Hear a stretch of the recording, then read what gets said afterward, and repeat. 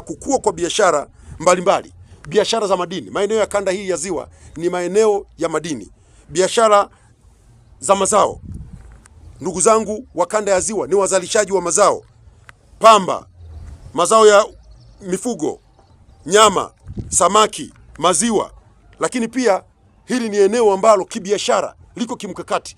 Ukifanya biashara maeneo ya kanda ya Ziwa na uwepo wa meli hii, una uhakika wa kufanya biashara Tanzania, Kenya, Uganda na kote ambako uwepo wa meli hii unawezesha ama unarahisisha mambo ya kufanya biashara.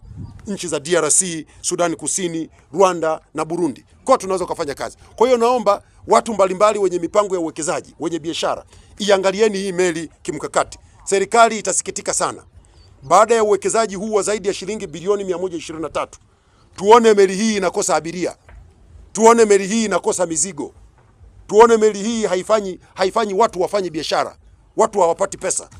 Mimi ningependa siku nikija kwa watani wangu hapa niitwe, nipewe zawadi za kurundika, nikampelekee Mheshimiwa Rais kwa kazi kubwa aliyoifanya. Hiyo itakuwa ni jambo kubwa na jema, na itakuwa ni maana halisi ya meli yetu hii kujengwa hapa.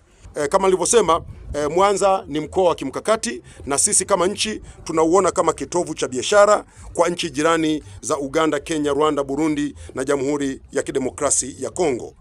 Na kutokana na hilo sasa, serikali imeendelea pia kutoa kipaumbele katika utoaji wa bajeti katika mkoa huu wa Mwanza. Naomba kuwapa takwimu chache. Katika mwaka huu 2025-26, serikali katika mkoa wa Mwanza kupitia ofisi ya mkuu wa mkoa na halmashauri zake imeidhinisha jumla ya shilingi bilioni 629.4. Kati ya hizi fedha, shilingi bilioni 412.6 ni mishahara ya watumishi, lakini shilingi bilioni 148 ni kwa ajili ya utekelezaji wa miradi mbalimbali ya maendeleo, na shilingi bilioni 67 ni kwa ajili ya matumizi mengineyo. Kwa hiyo serikali inaleta fedha za kutosha katika mkoa wa Mwanza kwa ajili ya kuhakikisha mambo hayakwami.